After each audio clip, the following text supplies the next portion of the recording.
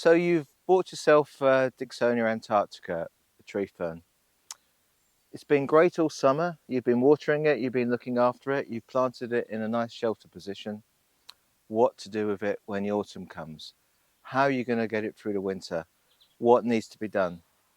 Well, if you live in a very cold area, you're going to need to protect it.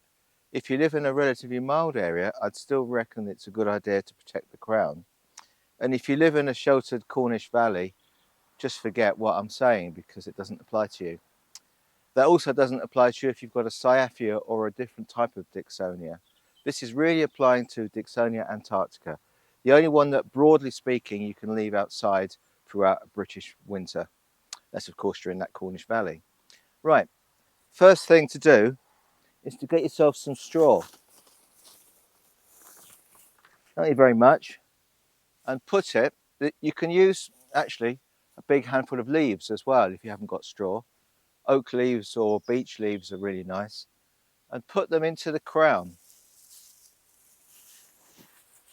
You just have to put them in loosely, not harsh, just gently pat them in.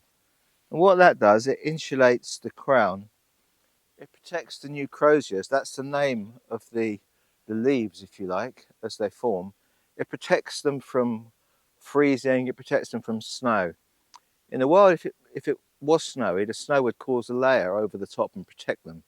But in our climate, the snow tends to melt and then very often refreezes as ice. And that's where the damage comes. It's from them being wet and then ice forming on the croziers, and that damages them. So you want to protect them like that. So like this, it's pretty much as nature intends. Protection, but they're still going to remain moist. And humidity is the key. They need to be humid. Don't, whatever you do, wrap your tree fern up in plastic or bubble plastic or anything like that. It needs to breathe. Most tree fern failures are because fern's drying out during the winter, not the cold, drying. So it wants to breathe. Now, that's enough for most of us. If we're in southern England, that's generally enough. But if it's really cold, by lifting the fronds, you can actually bunch them together and then gently tie them together into a loose kind of mound, and that will hold the straw or the leaves in the crown, prevent them from being blown out, and offer another degree of protection. Now, if it looks like it's going to be properly cold, you can do two things. You can protect the trunk. Now, you can either use Hessian. This is an old coffee sack, and to my mind, these look quite cool when you wrap them around the trunk because they're brown, nice and organic. Alternatively, if you can't get these, every garden centre sells horticultural fleece. Now, this is actually a fleece sack that you can use for wrapping plants, and I'll talk about that in a minute. But fleece itself comes in a roll, and you can literally put it tight on the trunk and just wrap it round the trunk. One layer gives you about -2. I think two layers gives you about -4 protection. I might be wrong, but that helps a lot, as you can imagine. Now, the Hessian, again, that looks really nice.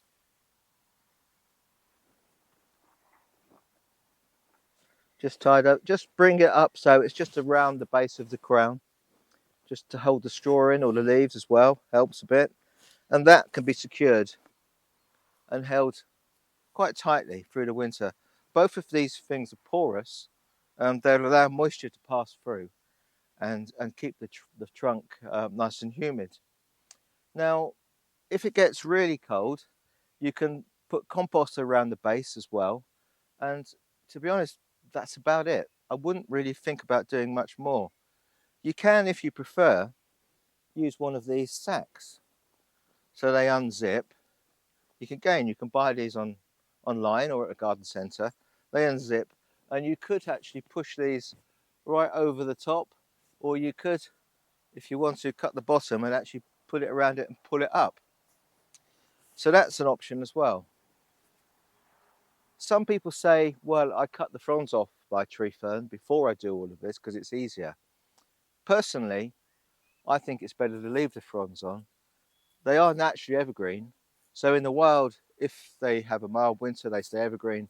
Obviously, if it gets very cold, they lose their fronds. But moreover, they're in locations where they survive through the winter with their fronds. And also by leaving the fronds on, it means the plant can actually reuse the energy that's been saved within the leaves and the leaflets.